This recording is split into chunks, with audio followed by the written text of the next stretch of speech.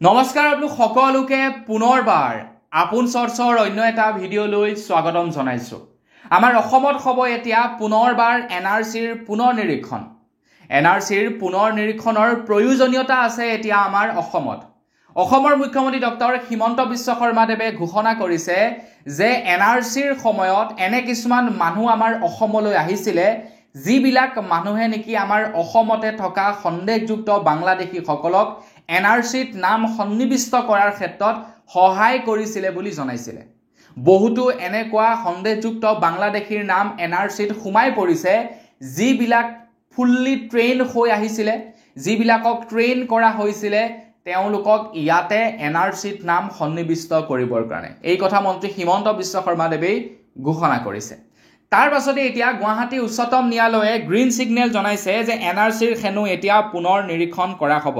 22 জুলাইত এনআৰচিৰ পুনৰ নিৰীক্ষণৰ আবেদন জনাইছিল প্ৰাক্তন সমন্বয়ক হিতেশ দেৱ শৰ্মাই, আৰু তেখেতে জনোৱা এই আবেদন এতিয়া গুৱাহাটী উচ্চতম ন্যায়ালয়ে গ্ৰীণ ছিগনেল দিছে আৰু আমাৰ অসমত এতিয়া এনআৰচিৰ পুনৰ নিৰীক্ষণ কৰা হ'ব। এনআৰচিৰ পুনৰ নিৰীক্ষণ কিয় কৰা হ'ব সেই সম্পৰ্কে মন্ত্ৰী হিমন্ত বিশ্ব শৰ্মাদেৱে বহু দিনৰে পৰা উল্লেখ কৰি আহিছে। মন্ত্ৰী হিমন্ত বিশ্ব শৰ্মাদেৱৰ তৰফৰ পৰা কিন্তু এনআৰচিৰ পুনৰ নিৰীক্ষণ কৰিবৰ কাৰণে যুঁজা প্ৰস্তুত কৰা নাছিলে, কিন্তু তেখেতে কৈ আহিছিলে যে এনআৰচিত আমাৰ অসমত বহুতো সন্দেহযুক্ত বাংলাদেশীৰ নাম সন্নিবিষ্ট হৈছে, যাৰ কাৰণে আমি এনআৰচিখনক পৰা সঠিক ডকুমেণ্ট হিচাপে ধৰিব নোৱাৰোঁ বুলি জনাইছিলে মন্ত্ৰী হিমন্ত বিশ্ব শৰ্মাদেৱে। এতিয়া এনআৰচিৰ পুনৰ নিৰীক্ষণৰ কাৰণে অন্য এজন ব্যক্তিয়ে আবেদন কৰিছিলে আৰু সেই আবেদন মৰ্মে এতিয়া গুৱাহাটী উচ্চতম ন্যায়ালয়ে গ্ৰীণ ছিগনেলো দিছে এনআৰচিৰ পুনৰ নিৰীক্ষণ কৰিবৰ কাৰণে। খুব সোনকালেই এইটো এটা নিৰ্দেশনাও আহি যাব এনআৰচিৰ পুনৰ নিৰীক্ষণ কৰিবৰ কাৰণে, আৰু আপোনালোকে এনআৰচিৰ পুনৰ নিৰীক্ষণ কৰিব লাগিব, ডকুমেণ্ট ছাবমিট কৰিব লাগিব। এতিয়া যিজন লোকে নেকি এনআৰচিৰ পুনৰ নিৰীক্ষণ কৰিবৰ কাৰণে আবেদন দাখিল কৰিছিলে তেখেতেনো কিয় আবেদন দাখিল কৰিলে সেই মৰ্মে আপোনালোকক এই ভিডিঅ'টোত মই এ টু জেড ডিটেইলছত জনাম। তেখেতে কৈছে যে প্ৰায় 50 লাখতকৈও অধিক লোক ভুৱা তথ্যৰে এনআৰচিত নাম সন্নিবিষ্ট কৰিছে। যিসকল নেকি উচ্ছেদিত বাংলাদেশী আছে বা উচ্ছেদিত মানুহ আছে, তো তেওঁলোক হয়তো বাংলাদেশী ৰূপেও চিনাক্ত হ'ব পাৰে বুলি তেখেতে জনাইছে। গোটেই ঘটনাটোৰ বিষয়ে সম্পূৰ্ণকৈ জনাম, তো ভিডিঅ'টো প্ৰথমৰ পৰা শেষলৈকে চাই থাকিব।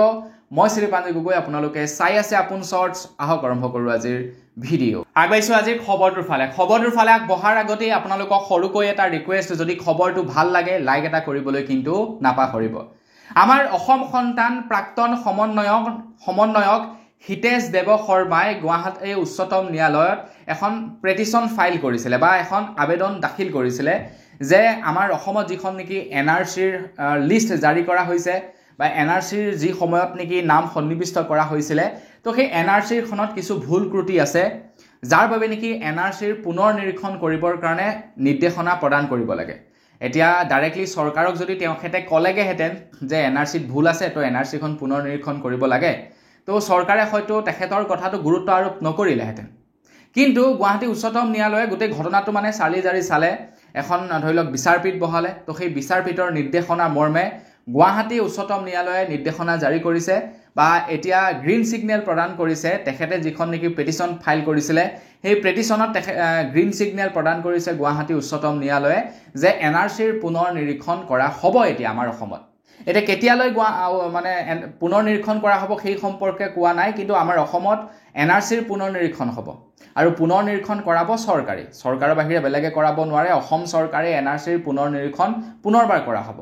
এতিয়া বোধহয় মন্ত্ৰী হিমন্ত বিশ্ব শৰ্মাদেৱে ভাল পাব, কিয়নো মন্ত্ৰী হিমন্ত বিশ্ব শৰ্মাদেৱে বহু দিনৰে পৰা অভিযোগ উত্থাপিত কৰি আহিছিলে মুছলমানসকলৰ ওপৰত যে এনআৰচিৰ নাম সন্নিবিষ্ট কৰাৰ সময়ত এনেকুৱা বহুতো মানুহৰ নাম সোমাই পৰিছিলে যিসকল মানুহ নেকি ফুল্লি ট্ৰেইন আছিলে। বহুতো এনেকুৱা মানুহ অসমলৈ আহিছিলে যিবিলাক মানুহে নেকি এনআৰচিৰ সময়ত সন্দেহযুক্ত বাংলাদেশীসকলক এনআৰচিত নাম সন্নিবিষ্ট কৰাৰ ক্ষেত্ৰত তেওঁলোকক ট্ৰেইন কৰিছিলে বা তেওঁলোকক সহায় কৰিছিলে। এনেকুৱা বহুতো মানুহৰ নাম সোমাই পৰিছিলে। সেই বুলি অভিযোগ উত্থাপিত কৰি আহিছিলে অসমৰ মুখ্যমন্ত্ৰীজনে মুছলমানসকলৰ ওপৰত। এতিয়া সেইবাবে হয়তো তেখেতে ভাল পাব পাৰে গুৱাহাটী উচ্চতম ন্যায়ালয়ৰ এই সিদ্ধান্তক, হয়নে নহয়? কাৰণ তেখেতে কৈ আহিছে যে ভুল ত্ৰুটি আছে আৰু সেই ভুল ত্ৰুটি শুধৰণি কৰিবৰ কাৰণে এতিয়া গুৱাহাটী উচ্চতম ন্যায়ালয়ে গ্ৰীণ ছিগনেল যিহেতু দি দিছে, মোৰ মতে মন্ত্ৰী হিমন্ত বিশ্ব শৰ্মাদেৱে ভালেই পাব।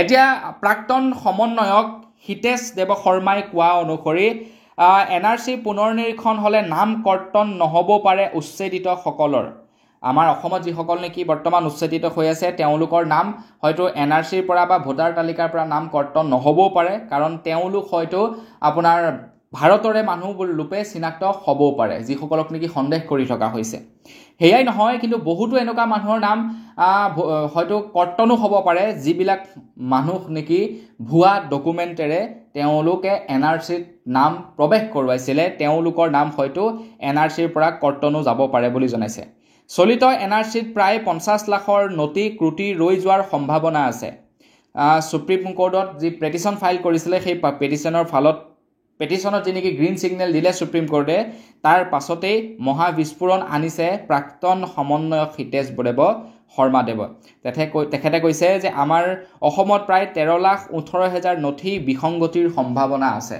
নথিপত্ৰই ভুল আছে প্ৰায় 13,18,000 নথিপত্ৰ এতিয়া প্ৰত্যেকই হয়তো পুনৰবাৰ আপোনাৰ NRC পুনৰ নিৰীক্ষণ কৰিব লগা হ'ব পাৰে মন্ত্ৰী হিমন্ত বিশ্ব শৰ্মাদেৱেতো ইমান দিনৰ পৰা কৈ আছিলে এটা গুৱাহাটী উচ্চতম ন্যায়ালয়ে যেহেতু গ্ৰীণ ছিগনেল দিলে এতিয়া আমাৰ অসমত NRCৰ পুনৰ নিৰীক্ষণ হ'ব হয়তো আপোনালোকে ডকুমেণ্ট পুনৰবাৰ জমা কৰিব লগা হ'ব পাৰে নতুবা যিসকলৰ নাম অলৰেডি NRCত উঠিলে তেওঁলোকৰ ডকুমেণ্টবিলাক পুনৰবাৰ হয়তো ভেৰিফাই কৰিব আৰু NRCৰ খচৰা প্ৰকাশ কৰিব যাৰ কাৰ নাম আছে কাৰ নাম নাই সেই সম্পৰ্কে হয়তো চাগে খচৰা প্ৰকাশো কৰিব পাৰে এটা কি হয় কি নহয় অনাগত সময়ত আমি গম পাম ভিডিওটো তেতিয়ালৈকে মোৰ চেনেলটো সাবস্ক্ৰাইব কৰি ৰাখক আপোনালোকক সকলোবিলাক তথ্য দি যাম তো আজিৰ ভিডিঅ'ত ইমানেই পুনৰ এটা ভিডিঅ'ত লগ পোৱাৰ আশাৰে আজিলৈ বিদায় মাগিছোঁ ধন্যবাদ জয় অসম